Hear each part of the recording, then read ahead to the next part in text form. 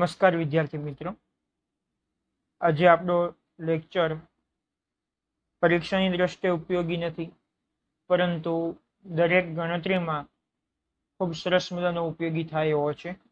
એટલે કે જેટલી વખત ગણતરી કરીશું તેટલી વખત આ લેક્ચર કામમાં આવે એવો છે. એટલે ગણતરી માટે ખાસ આ લેક્ચર ધ્યાનમાં રાખવા જેવો છે. ટોપિકનું નામ છે માપનમાં અનિશ્ચિતતા. માપનમાં અનિશ્ચિતતા. મિત્રો, માપનમાં અનિશ્ચિતતા ત્રણ રીતે ઉદ્ભવી શકે. એક તો આંકડાકીય માયાજાળને કારણે, એટલે કે લાંબો અથવા ટૂંકા અંકને કારણે, લાંબા અથવા ટૂંકા અંકને કારણે. બીજું શૂન્યવાળા અંકોને કારણે.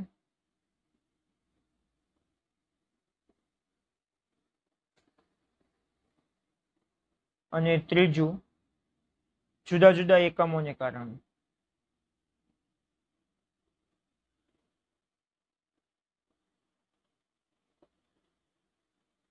મિત્રો, માપનમાં અનિશ્ચિતતા કુલ ત્રણ રીતે ઉદ્ભવી શકે: લાંબા અથવા ટૂંકા અંકને કારણે, શૂન્યવાળા અંકોને કારણે અને જુદા જુદા એકમોને કારણે. આનું સોલ્યુશન આપણે વૈજ્ઞાનિક અંક પદ્ધતિથી લાવવાના છીએ. વૈજ્ઞાનિક અંક પદ્ધતિ. શૂન્યવાળા અંકોની સોલ્યુશન સાર્થક અંકોથી લાવવાના છે. સાર્થક અંકો. અને જુદા જુદા એકમોનું સોલ્યુશન પરિણાત્મક પૃથક્કરણથી લાવવાના છીએ. એટલે મિત્રો, માપનમાં અનિશ્ચિતતા એ કુલ ત્રણ રીતે ઉદ્ભવી શકે. એ ત્રણ રીતનું સોલ્યુશન આપણે આજના લેક્ચરમાં જોવાના છીએ. એમાં સૌથી પહેલું છે વૈજ્ઞાનિક અંક પદ્ધતિ. જોઈએ વૈજ્ઞાનિક અંક પદ્ધતિ. મિત્રો, રસાયણ વિજ્ઞાનની જ્યારે વાત કરતા હોઈએ ત્યારે કેટલાક આંકડાઓ ખૂબ જ મોટા હોય છે, જ્યારે કેટલાક આંકડાઓ ખૂબ જ નાના હોય છે. જેમ કે હું એક ઉદાહરણ લઉં કે એક મોલમાં રહેલા પરમાણુની સંખ્યા. હું એક મોલમાં રહેલા પરમાણુની સંખ્યાની ગણતરી કરો તો કંઈક આવી મળે 6022.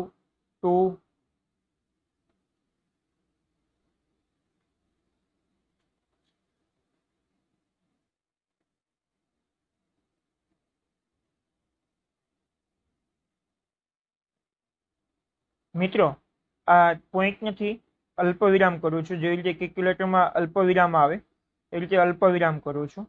આપણે 11 સાયન્સમાં કેલ્ક્યુલેટર વાપરવાની છૂટ છે. સાદું કેલ્ક્યુલેટર આપણે વાપરી શકીએ છીએ. મિત્રો, આ અંક જુઓ, ખૂબ મોટો છે. વળી પાછી કેટલાક અંકો ખૂબ જ નાના હોય. આ અંક છે એક મોલમાં રહેલા પરમાણુની સંખ્યા. જો એક પરમાણુની દળની ગણતરી કરું તો કંઈક આવી મળે 0.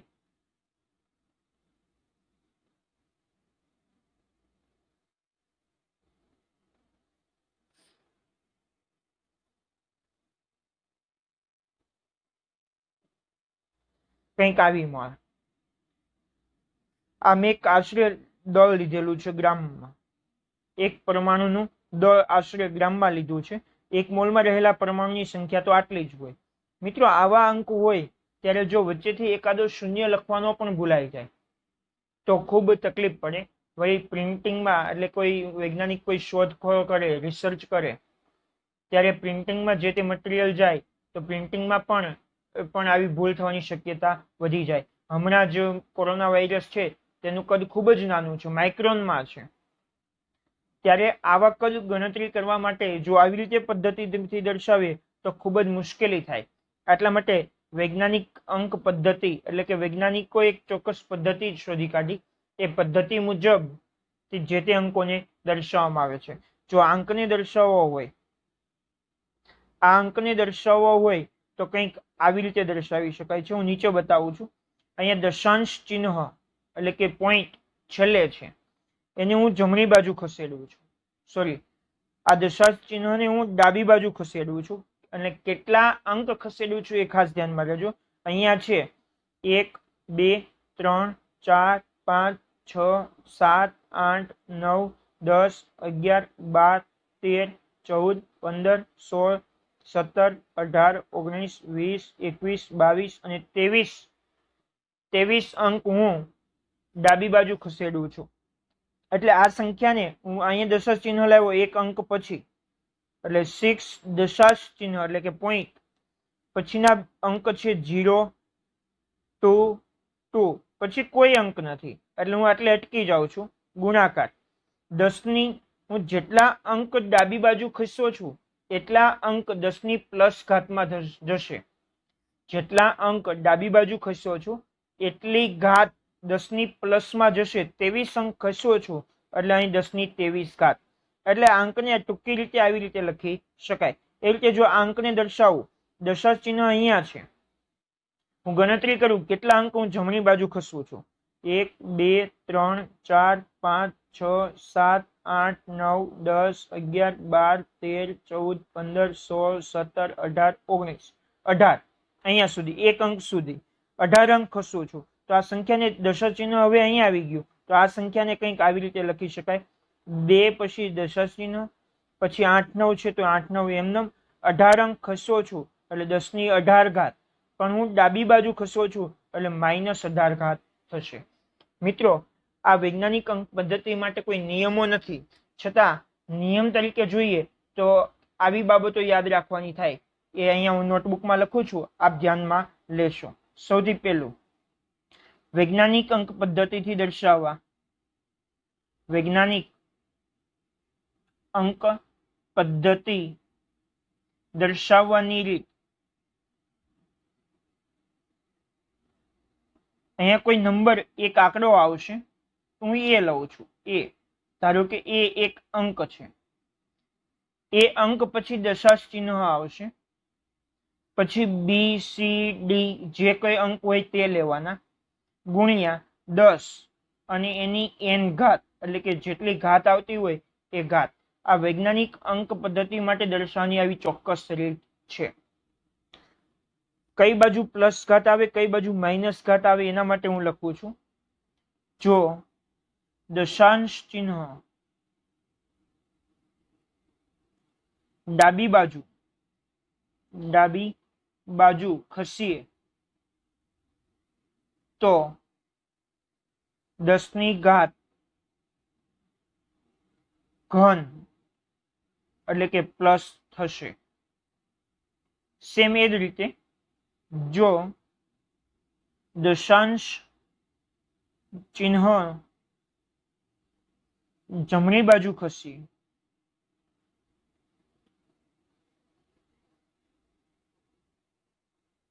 તો 10 ની ઘાત જેટલા ખસી એટલી 10 ની ઘાત માઇનસ એટલે કે ઋણ થશે. મિત્રો, દર્શાવવાની ચોક્કસ રીત આ છે અને એના માટે આ બે વસ્તુ ધ્યાનમાં રાખવાની જરૂર છે. હું એક અંક લઉં છું જેથી તમને ખ્યાલ આવે. 567.89 આવો કોઈ એક અંક છે. આને વૈજ્ઞાનિક અંક પદ્ધતિથી દર્શાવીએ તો એક અંક પછી આ પહેલો અંક ક્યારેય શૂન્ય ન હોઈ શકે. 0 થી 9 આ એ તરીકે હંમેશા શું હશે? 1 થી 9 હશે. શૂન્ય ક્યારેય હશે નહીં. એટલે આ પહેલો અંક હું 5 છે એ 5 પછી દશાંશ ચિહ્ન મૂકી દઉં છું. પછી 6 7 8 9 યાદ રાખજો, પોઈન્ટ પછી આ 89 ના વંચાય, 8 9 વંચાય. એવી રીતે અહીંયા પોઈન્ટ મૂકો એટલે 67 89 કે 6789 નથી વંચાતા, પણ શું વંચાય છે? 6 7 8 9. દશાંશ ચિહ્ન હું અહીંયા હતું ત્યાંથી હું અહીંયા લાવ્યો એટલે કે 2 અંક ખસ્યો છું એટલે 10 ની 2 ઘાત. ડાબી બાજુ ખસ્યો છું એટલે પ્લસ ઘાત. મારા ખ્યાલથી તમને સમજ પડી હશે. એક હજુ ઉદાહરણ લઈએ. 0.00003 69। ધારો કે કોઈ એક અંક આવો છે, તો આ પોઈન્ટને હું ખસેડું છું. ક્યાં ખસેડીશ? એક અંક પછી, શૂન્ય પછી નહીં, એક અંક, કેમ કે એ અંક 1 થી 9 હોવો જોઈએ. એટલે 3 પછી અહીંયા આવશે. એટલે 3 પછી આવે તો આમ લખાય 3.69 3.69 ગુણ્યા 10 ની કેટલી ઘાત? કેટલા પોઈન્ટ ખસવા છે જુઓ. અહીંયા હતો 1 2 3 4 5, 1 2 3 4 અને 5 પોઈન્ટ હું જમણી બાજુ ખસું છું. એટલે 10 ની 5 ઘાત જમણી બાજુ ખસીએ તો ઘાત કેવી આવશે? માઇનસ આવશે. એટલે આને આમ લખાય. મારા ખ્યાલથી તમને સમજ પડી હશે. હજુ બે ઉદાહરણ લઈએ પછી આગળના ટોપિક પર જઈએ. એક અંક છે 0.000089113. ચાલો આ અંકને દર્શાવીએ. હજી એક શૂન્ય ઉમેરી દો અને અહીંયા પણ એક જગ્યા બચી છે એટલે શૂન્ય ઉમેરી દીધા મેં. ઓકે, જોઈએ દશાંશ ચિહ્ન કેટલા ખસવા પડશે. પેલા એક અંક પછી પોઈન્ટ મૂકી દઉં એટલે આ સંખ્યાને સીધી જ આમ લખી શકાય. 8 દશાંશ ચિહ્ન એટલે કે 0.913. કેટલા પોઈન્ટ ખસ્યો છું? અહીંયા છે ત્યાંથી 1 2 3 4 5 6 7 પોઈન્ટ ખસ્યો છું. એટલે 10 ની 7 ઘાત. કઈ બાજુ ખસ્યો છું? હું જમણી બાજુ ગયો છું. કઈ બાજુ ગયો છું? જમણી બાજુ ગયો છું. જમણી બાજુ જાઓ તો ઘાત કેવી થશે? માઇનસ થશે. હજુ એક અંક લઉં 65432.913. ધારો કે આ અંકનો પોઈન્ટ અહીંયા છે. વૈજ્ઞાનિક અંક પદ્ધતિ મુજબ એક અંક પછી દશાંશ ચિહ્ન પોઈન્ટ આવવો જોઈએ. એટલે આ અંકને સીધું હું આવી રીતે લખી શકું 6.54321 54321 ગુણ્યા 10 ની કેટલી ઘાત થશે? અહીંયા પોઈન્ટ હતો ત્યાંથી હું અહીંયા લાવ્યો છું. કેટલા સ્થાન ખેંચો છું? 1 2 3 4 5, 10 ની 5 સ્થાન એટલે 5 ઘાત થશે. કઈ બાજુ ખસ્યો છું? ડાબી બાજુ ખસ્યો છું. ડાબી બાજુ ખસો તો કેવી થશે? પ્લસ થશે. એટલે મિત્રો આ નિયમો ખાસ યાદ રાખજો. 3 બાબતો. ચોક્કસ પદ્ધતિ આ છે. જો ડાબી બાજુ જાઓ તો પ્લસ થશે અને જમણી બાજુ જાઓ તો માઇનસ થશે. મિત્રો આ લખી રાખવા જેવા છે જેથી તમને ભવિષ્યમાં પણ ઉપયોગી થશે. આગળ વધીએ. ત્યારબાદ વૈજ્ઞાનિક અંક પદ્ધતિ મુજબ સાર્થક અંકોની વાત કરવાની છે. તો સાર્થક અંકો ગણિત. પણ સાર્થક અંકો ગણતા પહેલા આના થોડોક સરવાળા બાદબાકી કઈ રીતે થાય તેને ઉદાહરણો લઈએ. ધારો કે હું બે સંખ્યા લખું છું. સંખ્યા ખાસ ધ્યાન રાખજો. હું બે સંખ્યા લખું છું 5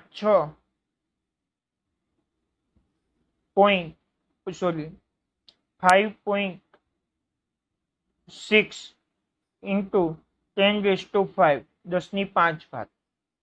એના ગુણાકારમાં 6.9 ગુણ્યા 10 ની 8 ઘાત. મિત્રો ગણિતના નિયમોનો ઉપયોગ કરવાનો છે. ગણિતના નિયમોનો ઉપયોગ કરીએ તો આ કઈ રીતે ગણી શકાય? સૌથી પહેલા આમાં સામાન્ય શું નીકળે છે જુઓ. આખા પદમાંથી 10 ની 8 ઘાત સામાન્ય, બધું ગુણાકારમાં છે. એટલે 10 ની 5 ઘાત 10 ની 8 ઘાત આવું બધું છે તો સામાન્ય તો આમ 10 ની 5 ઘાત કાઢી શકાય.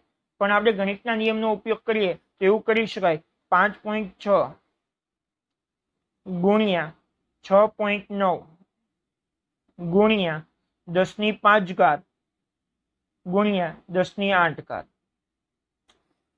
હવે શું કરીશું? 5.6 અને 6.9 નો કેલ્ક્યુલેટર વડે ગુણાકાર કરીશું તો જવાબ આવે છે 38.64 ગુણાકાર. હવે જો મિત્રો ગણિતના નિયમનો એક ઉપયોગ થાય છે. અહીંયા આધાર સરખા છે, ઘાતાંક જુદી જુદી છે અને વચ્ચે ગુણાકારનું ચિહ્ન છે. આધાર સરખા, ગુણાકાર તો ઘાતનો સરવાળો થાય 5 ની 8 13 થાય એટલે 10 ની 13 ઘાત. આ આપણો જવાબ થશે. ખ્યાલ આવ્યો? હજુ એક ઉદાહરણ લઉં તો વધારે ખ્યાલ આવે. જેમ કે 9.8 ગુણ્યા 10⁻2 ગુણાકાર 2.5 ગુણાકાર 10⁻6. મેં 2 અંક લખેલા છે અને આ 2 નો ગુણાકાર કરવાનો છે. કરીએ. આની જેમ જ કરીશું. શું કરીશું? સૌથી પહેલા 9.8 ગુણાકાર 2.5 ગુણાકાર 10⁻2 ગુણાકાર 10⁻6. હવે પેલા હું આ બે સંખ્યાનો ગુણાકાર કરી દઉં. 9.8 અને 2.5 નો કેલ્ક્યુલેટર વડે ગુણાકાર કરું તો મને મળે છે 24.50. 24.50. ઓકે. ગુણાકાર 10⁻2 10⁻6. આધા સરખા, વચ્ચે ગુણાકાર, ઘાતનો સરવાળો. -2 અને -6 નો સરવાળો 10⁻8 થશે. મિત્રો આ જવાબ થયો. હવે આને વૈજ્ઞાનિક અંક પદ્ધતિ મુજબ આને પણ દર્શાવવો પડે અને આને પણ દર્શાવવો પડે. તો બંનેને દર્શાવીએ. અહીંયા મિત્રો પોઈન્ટ અહીંયા છે. વૈજ્ઞાનિક અંક પદ્ધતિ એમ કહે કે એક અંક પછી પોઈન્ટ હોવો જોઈએ. તો આ સંખ્યાને આવી રીતે લખી શકાય. 3.864 ગુણ્યા 10⁻13 હતી. 1 ઘાત હું આ બાજુ આવ્યો એટલે 10⁻1 વધી એટલે 10⁻14 થશે. સેમ ટુ સેમ એવી રીતે 24.50 છે, સોરી 24.50 છે. 1 પોઈન્ટ આ બાજુ આવું તો આવી રીતે લખી શકાય 2.450 ગુણ્યા 10⁻8 હતી. -8 આ બાજુ આવ્યો, ડાબી બાજુ આવ્યો તો 1 ઘાત વધે.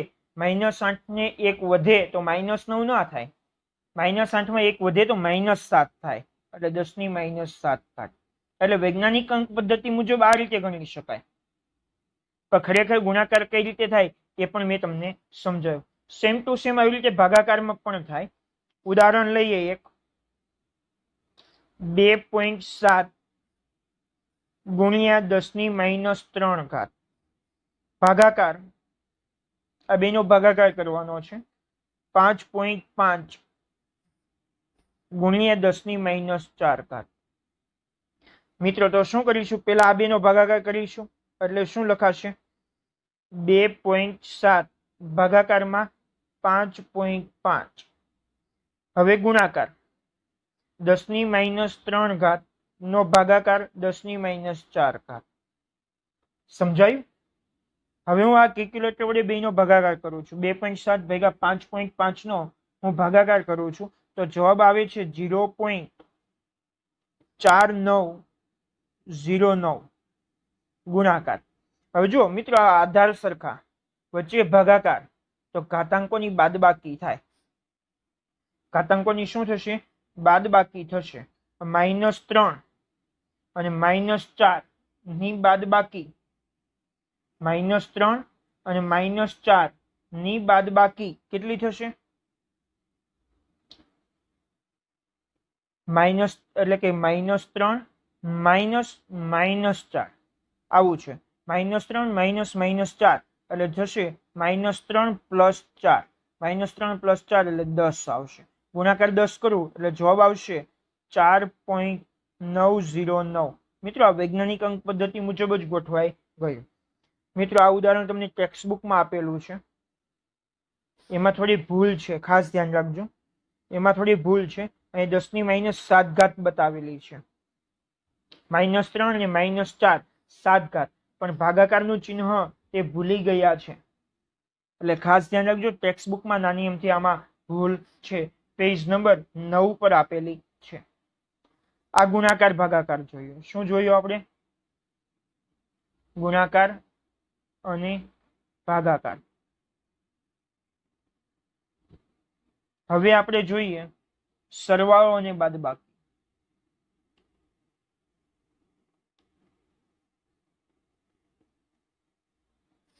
સરવાળો અને બાદબાકી ખાસ ધ્યાન રાખવા જેવી બાબત છે. મિત્રો સરવાળો અને બાદબાકી કરીએ ત્યારે વૈજ્ઞાનિક અંક પદ્ધતિમાં 10ની ઘાત સરખી હોવી જોઈએ. જો 10ની ઘાત સરખી હોય તો જ સરવાળો બાદબાકી થાય. ફરીવાર યાદ રાખજો. 10ની ઘાત સરખી હોય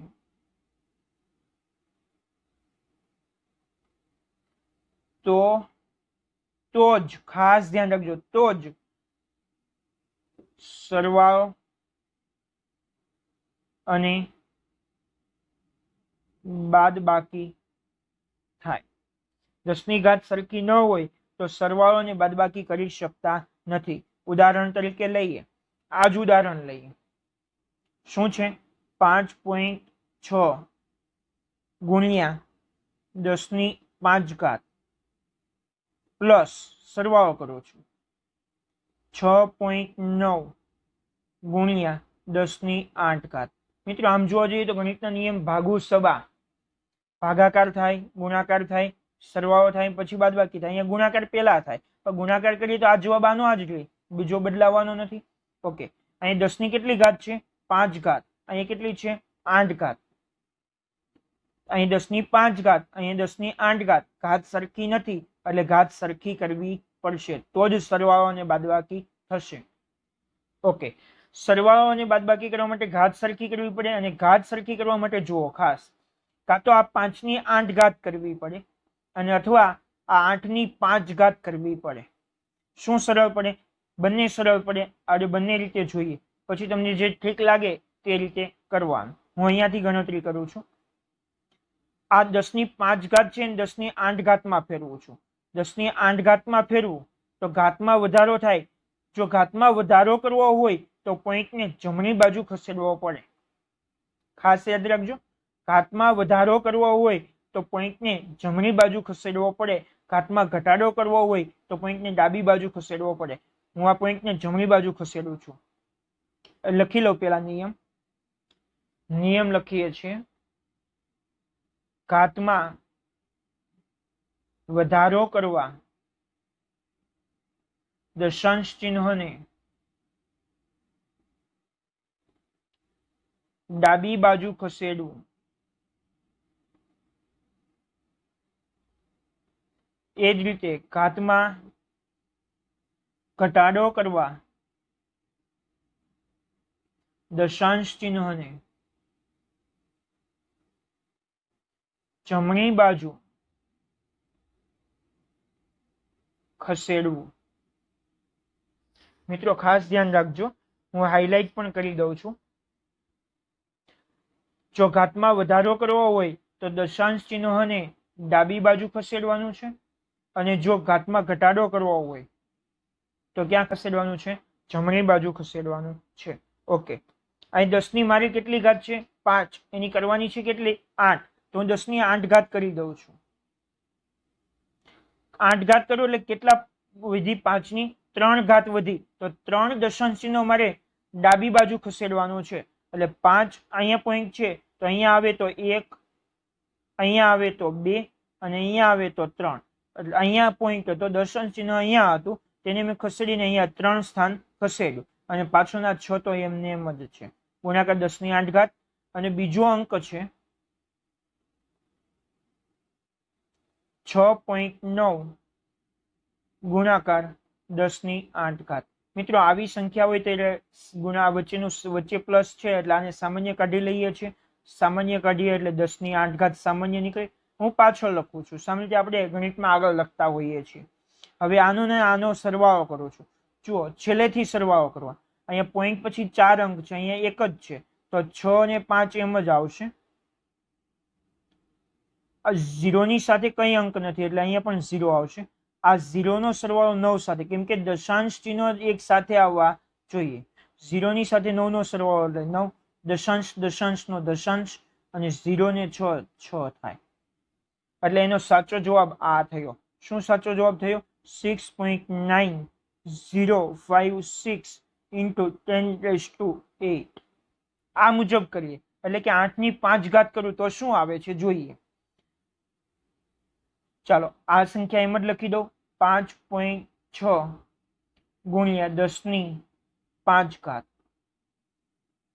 વત્તા, હવે 8 ઘાતની મારે 5 ઘાત કરવી છે. ઘાતમાં ઘટાડો કરવો છે તો દશાંશ ચિહ્ન કઈ બાજુ ખસે? જમણી બાજુ ખસે, એટલે જમણી બાજુ હું ખસેડીશ. 6, 9 અહીંયા હતું, 1 ખસેડ્યું, બીજું ખસેડ્યું, ત્રીજું ખસેડ્યું એટલે અહીંયા આવું થયું. ખ્યાલ આવ્યો? હવે આ બંનેનો સરવાળો કરું છું. 10⁵ તો ખરી જ. 10⁵ સામાન્ય નીકળશે. જો 6 અને 0, 6 દશાંશ ચિહ્ન, 0 અને અહીંયા 5, 0 ને 5, 5, 0 અને કશું જ નથી એટલે 0, 9 કશું જ નથી એટલે 9, 6 કશું જ નથી એટલે 6. વૈજ્ઞાનિક અંક પદ્ધતિ મુજબ ગોઠવીએ તો એક અંક પછી શૂન્ય આવવો, પોઈન્ટ આવવો જોઈએ. એક અંક પછી શું આવવો જોઈએ? પોઈન્ટ. એટલે 6.9056. કેટલા દશાંશ કહેશો? 1, 2, 3. 3 હું ડાબી બાજુ ખસું છું તો ઘાત પ્લસ થશે. 10⁵ પ્લસ થાય, 10⁵ છે અને 10+3 થાય તો 10⁸. જો મિત્રો આ જવાબ અને આ જવાબ બંને સરખા થયા. એટલે ગણતરી કરવામાં ખાસ ધ્યાન રાખવાનું છે. ઘાત સરખી હોય તો જ સરવાળો અને બાદબાકી થાય. સેમ ટુ સેમ બાદબાકી માટે કરી શકાય, એમાં બાદબાકી કરવાની છે. એવી એક ઉદાહરણ લઈએ જેથી તમને ખ્યાલ આવે. એક ઉદાહરણ લઉં છું. 2.5 ગુણ્યા 10⁻² માઇનસ 4.8 ગુણ્યા 10⁻3. મિત્રો અહીંયા પણ આમ જ થશે. બંને રીતે થઈ શકે કે -2 ને -3 કરવા પડે અથવા તો -3 ને -2 કરવા પડે, કેમ કે ઘાત સરખી હોય તો જ સરવાળો અને બાદબાકી થાય. પરીક્ષામાં એટલે કે દાખલા ગણતરી હોય ત્યાં કોઈ પણ એક રીત વાપરવાની. અત્યારે બંને રીત વાપરીને તમને બતાવું છું. સૌથી પહેલા -2 ને -3 કરું. 2.5 ગુણ્યા 10⁻² છે એને -3 કરવું છું. -3 કરું એટલે ઘાતમાં ઘટાડો થયો. -2 કરતા -3 નાના કહેવાય. ઘટાડો થયો. ઘટાડો થાય તો દશાંશ ચિહ્નને કઈ બાજુ ખસેડવાનું છે? જમણી બાજુ ખસેડવાનું છે. તો હું એક દશાંશ ચિહ્ન જમણી બાજુ ખસેડ્યું એટલે અહીંયા આવી ગયું. ગુણ્યા 10⁻3 માઇનસ આ પદ એમને લખી દઉં છું. 4.8 ગુણ્યા 10⁻3. મિત્રો સામાન્ય શું નીકળે છે? 10⁻3. હું એને છેલ્લે લખું છું. એને ક્યાં લખું છું? છેલ્લે. એટલે કે 10⁻3. ચાલો 0 માંથી 8 જાય, ન જાય. 10 લીધો, 10 માંથી 8 જાય એટલે 2 પોઈન્ટ. 10 લીધો એટલે 5 ના 4 થયા. 4 માંથી 4 જાય તો 0. અહીંયા 2 ના 2, કેમ કે અહીંયા એક પણ અંક નથી. મિત્રો આ પોઈન્ટ અહીંયા છે. વૈજ્ઞાનિક અંક પદ્ધતિ મુજબ ગોઠવીએ તો એક દશાંશ ચિહ્નને અહીંયા લાવવું પડે એટલે 2.02 ગુણ્યા 10 એક પોઈન્ટ હું જમણી બાજુ ખસ્યો છું, સોરી ડાબી બાજુ ખસ્યો છું તો ઘાતમાં વધારો થશે. એક પોઈન્ટ ખસ્યો છું, -3 માં એક વધારો થાય તો -2 થાય. આ સાચો જવાબ થયો. સેમ ટુ સેમ હું આ બાજુ કરું. અહીંયા -2 ના -3 કર્યા હતા. હવે -3 ના હું -2 કરીશ. 2.5 ગુણ્યા 10⁻² એમને માઇનસ 4.8 છે એની જગ્યાએ -3 છે એની જગ્યાએ -2 કરવાના છે. -2 એટલે વધારો કહેવાય. -3 નો -2 કરું તો વધારો કહેવાય. -3 નો -2 માં વધારો થાય છે અને વધારો કરવા માટે તમને ખબર છે કઈ બાજુ ખસવાનું છે? ડાબી બાજુ ખસવાનું છે. તો દશાંશ ચિહ્નનું ડાબી બાજુ ખસેડું તો 0.48 થાય ગુણ્યા 10⁻². ખ્યાલ આવ્યો? મેં એક દશાંશ ચિહ્ન જમણી બાજુ સોરી ડાબી બાજુ ખસેડ્યું છે કેમ કે ઘાતમાં વધારો થયો. સામાન્ય શું નીકળે છે? 10⁻². એટલે બાકીનું વધ્યું તે એમને શું વધે છે? 2.5 માઇનસ 0.48. ચાલો અહીંયા 0 હોય ને, કશું જ ના હોય તો 0 હોય. 0 માંથી 8 જાય તો 2. 10 લીધો એટલે 5 ના 4 થયા. 4 માંથી 4 જાય તો 0. દશાંશની ચિહ્ન દશાંશ ચિહ્ન 2 માંથી 0 જાય તો 2. 2.02 ગુણ્યા 10⁻². જો આ બંને જવાબ સરખા થયા. મિત્રો ખાસ ધ્યાન રાખજો, વૈજ્ઞાનિક અંક પદ્ધતિ મુજબ સરવાળા અને બાદબાકી કરતા હોઈએ ત્યારે ખાસ કરીને ઘાત ઘટાડવામાં હંમેશા ફાયદો થાય. ઘાત ઘટાડો તો ગણતરી સરળતાથી થઈ શકે. મિત્રો આમાં પણ જો 5 ની 8 ઘાત કરીએ તો વધારો કહેવાય, પણ 8 ની 5 કરીએ તો એની ગણતરી સરળતાથી થાય. સેમ ટુ સેમ આમાં પણ એવું જ કર્યું છે. -3 ની -2 એટલે વધારો થયો, પણ -2 ની -3 કરું તો એની ગણતરી કેવી થાય છે? સરળ થાય છે. એટલે ઘાતમાં ઘટાડો કરીએ અને ગણતરી કરીએ તો હંમેશા ગણતરી સરળ બને, પણ કોઈ પણ રીતે ગણતરી તમે કરી શકો છો. સાર્થક અંકોની ગણતરી અને પરિમાણાત્મક પૃથ્થકરણ આપણે આવતીકાલના લેક્ચરમાં જોઈશું.